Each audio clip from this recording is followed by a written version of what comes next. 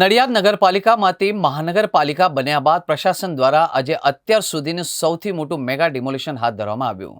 હાઈકોર્ટની મંજૂરી બાદ આજે 9 જેસીબી અને ચુસ્ત પોલીસ બંદોબસ્ત વચ્ચે 47 વર્ષ જૂનું સરદાર ભુવન તોડવાનું શરૂ કરવામાં આવ્યું હતું.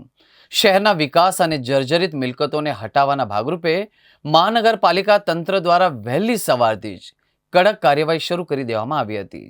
નડિયાદના સરદાર સ્ટેચ્યુ વિસ્તારમાં આવેલા સરદાર ભુવનનું નિર્માણ વર્ષ 1978માં નગરપાલિકા દ્વારા કરવામાં આવ્યું હતું, જેમાં 48 જેટલી દુકાનો આવેલી છે. આ દુકાનો લાંબા સમયથી જર્જરિત હાલતમાં હોવાથી તેને હટાવવાનો નિર્ણય લેવામાં આવ્યો હતો.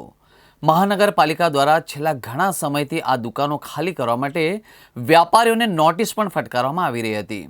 જોકે વ્યાપારીઓ અને તંત્ર વચ્ચે લાંબા સમય સુધી ખેંચતાણ ચાલી હતી.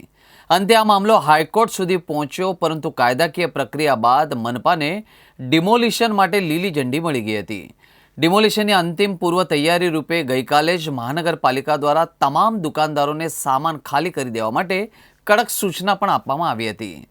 તંત્રની આ તાકીદના પગલે વેપારીઓ ગત મોડી રાત સુધી પોતપોતાની દુકાનોમાંથી માલ સામાન ખાલી કરવાની કામગીરી કરી હતી, જેથી નુકસાન ઘટાડી શકાય. આજે વહેલી સવારથી જ કોર્પોરેશનની ટીમ 9 જેટલા જેસીબી મશીનો સાથે સ્થળ પર પહોંચી ગઈ હતી અને દુકાનો તોડવાની કામગીરી શરૂ કરવામાં આવી હતી. શહેરના મુખ્ય માર્ગો પર આટલી મોટી સંખ્યામાં મશીનરી અને કાફલો જોઈને લોકોના ટોળે ટોળા ઉમટી પડ્યા હતા, જેને કાબૂમાં રાખવા અને શાંતિ જાળવવા માટે પોલીસ બંદોબસ્ત પણ તૈનાત કરવામાં આવ્યો હતો. નડિયાદમાં આપ સૌ જાણો છો તેમ સરદાર ભુવન નામથી આ જે જગ્યા છે એ આખું બિલ્ડિંગ જર્જરિત હતું. સમય પણ થઈ ગયો હતો અને બેઝ વગરનું આ બાંધકામ લાંબા સમયથી ઊભું હતું. નામદાર હાઈકોર્ટમાં પણ રીટ પિટિશન થઈ હતી અને એના સંદર્ભે નામદાર હાઈકોર્ટે દુકાનદારોને વૈકલ્પિક વ્યવસ્થા આપીને સત્વરે દૂર કરવા જણાવ્યા હતું.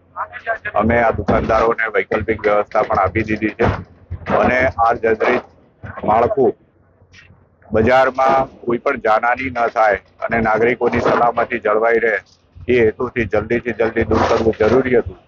એના માટે થઈને આજની આ કામગીરી ચાલે છે, જેમાં 10 જેસીબી લગાવીને લોકોને કોઈ જાજી મુશ્કેલી ના પડે અને સત્વરે આપણો ટ્રાફિક ચાલુ થઈ જાય એટલા માટે વહેલી સવારથી આ ડિમોલિશન કરીને આ જર્જરિત માળખું દૂર કરવામાં આવે. પોલીસ અને અમારા કર્મચારીઓથી બધા મળીને લગભગ 100 જેટલા કર્મચારીઓ આજે આમાં બંદોબસ્તમાં જોડાયા છે.